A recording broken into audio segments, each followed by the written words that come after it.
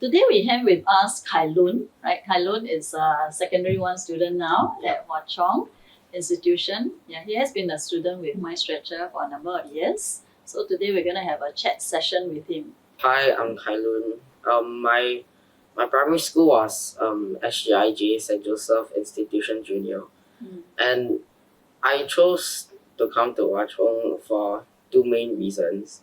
One main reason was because I had some friends going there, and like since young, I was not a very extroverted person, so I'm not used to being around with many people. So I preferred being with friends so that it wasn't so awkward when the school started. And the other reason was cause my parents also wanted me to improve my Chinese, and as most people know, Hwa Chong is a Chinese school. So I was also quite excited on the first day to learn more about the Chinese culture and like talking more in Chinese, cause like a lot of ordinary lessons in other schools like art, physical education, music, most of them are in English, but in Hwa Chong they're taught in Chinese. So I also got like exposed to many different types of people. When I was entering the school on the first day, I was not expecting many like different people, but surprisingly there were a few like Americans and even Malays there who would also learn Chinese. Some of them Chinese was even better than mine, and I was quite impressed. Although there was a wide variety of students in primary school, it was good knowing other people, as there were exchange students from other countries also, so I could ask them more about their countries and see how everything was doing there. So what was the difference between primary school and secondary school in terms of subjects, in terms of maybe your CCAs? I would say for subjects, primary school it is of course easier as there's only around 4 subjects. So but in secondary school there are way more. So from primary 6 to sec 1 it's definitely quite a big jump, because there'll be a lot of stress put on you, because there are a lot more subjects you have to learn, and you also have to learn more about the subjects you already know. When the year started, there was a lot of stress, and my results weren't like as good as expected because there were so many different subjects to study. So I was definitely not ready for the upcoming test, as I wasn't very good with every subject. But when it came to the end of the year, I was more familiar with the subjects. I knew how to plan my time, how to study for each subject. And I definitely got used to the many subjects in secondary school. And I suppose you have to be involved in a CCA. Yeah. So which CCA are you involved in? I'm from NPCC, National Police Cadet Corps. So what we do is like we don't just dress up as policemen. We actually like unlike scouts and other uniform groups, we do foot drills. So basically it's like drills, but sort of like a dance, but it's more formal. There's competitions and there are a lot of tests, so we have to not only cope with studies but cope with CCA, because in order to get promoted to the next rank, the examiners follow very strict rules. So, but thankfully there will be retests from most of the tests. So if you do fail, eventually they will retest you, and if you study hard enough, you'll definitely pass. So how many times do you have to be active in your CCA on a weekly basis? On a weekly basis, so every Wednesday and Friday there's training. Wednesday it's from 3:30 to 5:30, and Friday, since it's the end of the week, it's 2:30 to 6:30. So in total there's 6 hours of training.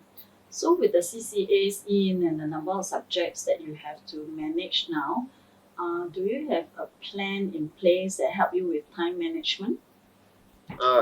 Yeah, I definitely have one, but of course like it will change over time, because every year each subject has more components. So I have to realize that every year I will be weaker in some components than others, so I have to spend more time on revising on those than other subjects. So it will vary from like week to week or month to month, but I would change it like time to time. Throughout your years with My Stretcher, you would have come across quite a few teachers, right? Yeah. Do you have any recollection of how they have helped you? Yeah, so I had 3 teachers in mind because they taught me for 3 consecutive years, and they all helped me a lot. Like morally, they taught me like my discipline. They told me like they not to talk in class and whatnot. They told me to concentrate.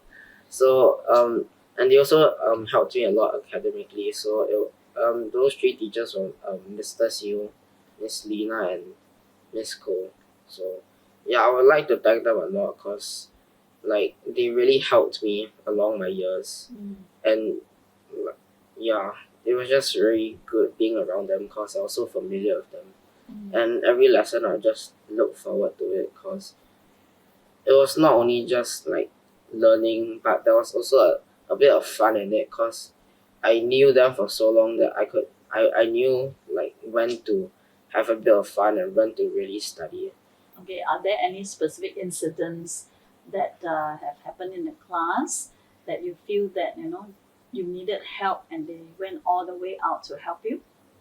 I'm not sure who the teacher was, but I'm pretty sure when I was first starting out science, and like I really did not understand anything related to science, so I really needed help. And like for the first few lessons, I had to ask the teacher, and they really helped me a lot because unlike most other students who just like go home after class because they understood, I really could not understand much, and I was a really shy kid back then, so I had to wait until after class when I was alone with the teacher, and the teacher would just stay back for 10 to 20 minutes maybe before the next class started to help me understand more.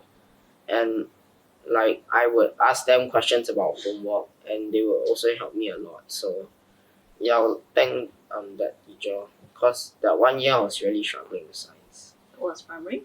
I think it was first when I first started science. So. That must be around primary 3. So there will be some challenging problems or questions that you may encounter along the way. How has My Stretcher helped you overcome them?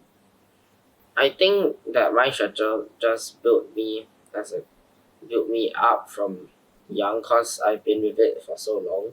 So since primary 1, so basically throughout my entire primary school, my structure just helped me academically, helped me like just taught me a lot of things. And as I said, it's just not academically, but it's like as a person. The teachers taught me discipline, my moral values, like humility, honesty. So it just helped me a lot and built me up as from a kid to a teen. Kai Lun, did you attend our intensive boot camp when you were in your PSLE year? I attended the English and Chinese boot camp. And I would just like for a few days I would just spend like half the day just studying English and Chinese, like attending the boot camp. Then after that I would go through the materials and see anything and like dive really deep into the material and try to understand it more. It was very interactive. Like as I said, I'm still quite a shy person, so I didn't really speak up during the boot camps. But I know that they really like wanted to help us because there was a lot of interactions between the teachers and the students, especially like in not only the English and Chinese but the math. Like when students were asking if this method would work, if that method would work, then they really told us why it wouldn't work or why it would work but this method would be faster.